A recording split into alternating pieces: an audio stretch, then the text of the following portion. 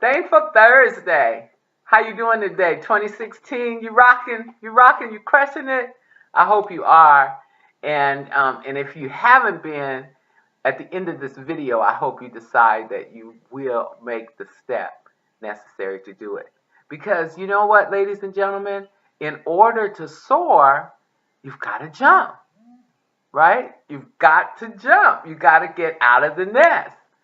And the one of the things that keeps us from doing that is fear. And when you trace that fear back, it's really kind of a fear of failure. Whenever we're learning something new, I was reading an article the other day by Steve Harvey, and he mentioned how you've got to jump to soar. And that's so true. And just trust that your parachute will open. Well, today I was on a call and I got the word again, you've got to jump out of the nest. And just trust that, we are magnificently made and wonderfully made in the image of the Most High God. And, our bodies, it is just something about our brains, it will just intuitively keep going until it finds a solution if it's allowed to work, right? So anyway, I took a few notes, and at first I was going to put it on my business page, but then I thought, you know what, this word actually benefits everyone. Because a lot of times we don't do things, we get out of our comfort zones, which don't really exist, by the way. But, we have to stretch ourselves, and we don't want to do that for fear of failing. But if you're just honest with yourself, have that conversation with yourself. No one else can answer, can hear that.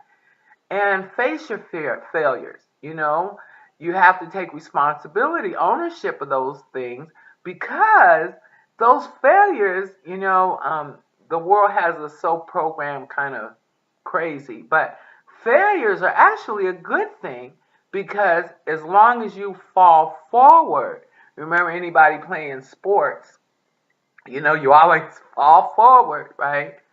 And the same here is that you're going to fail forward because you either win or you learn, but failure is really not necessarily failing. The only way you can fail is if you quit, because you either win or you learn.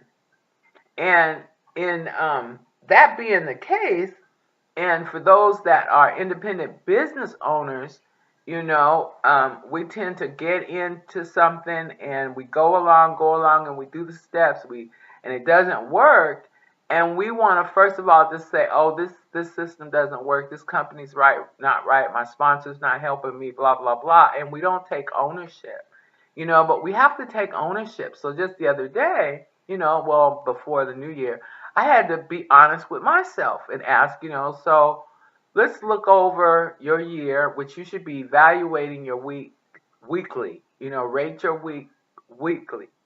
Look over it. Was it a 6, a 10? Hopefully it wasn't a 2. But, we have to take ownership of those things. And so by failing, it just makes you ask more questions. Why didn't this work? Let me tweak it a little bit here or tweak it a little bit there and see if it'll work. Let's look at Michael Jordan, for instance. Did you know that he was cut from his high school basketball team? I never knew that. But he kept pushing, and in his head, he was going to play pro ball. And he continued to do the work, and I'm sure time after time, notable times that he failed, but he just learned from that and perfected it and went on. And then, you guys know I love the har. I love har. I just love har. So I'm going to give you the example of Madam C.J. Walker.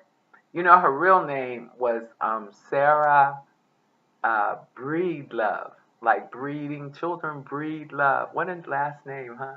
But anyways, that was her real last name. And what it was is she worked for Annie Malone and kind of got her hair skills up. Her brothers, she had one sister, Lavinia, and then she had 4 brothers who actually had a barbershop. So she learned a little bit about hair at the barbershop, right?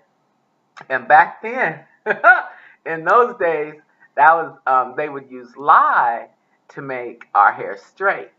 And most of the black people had outdoor plumbing, so they put this stuff, this lye on their head, and even in the movie you see them running out because it's burning, or maybe you've experienced that in the salon, perm on there too long, but they wash it out, and as a result, she ended up being bald. She had dandruff. That's what really kind of perked her interest, how to get rid of this dandruff and other scalp allergies and ailments that she had. And eventually, after doing the perms, the lies, she began to bald. So she ended up, like I said, she worked under Annie Malone, learned her skills. She went on to the barbershop, learned a little more, just like us as entrepreneurs, or you as just people in life, each day. We go on, we learn various things that will help us, right?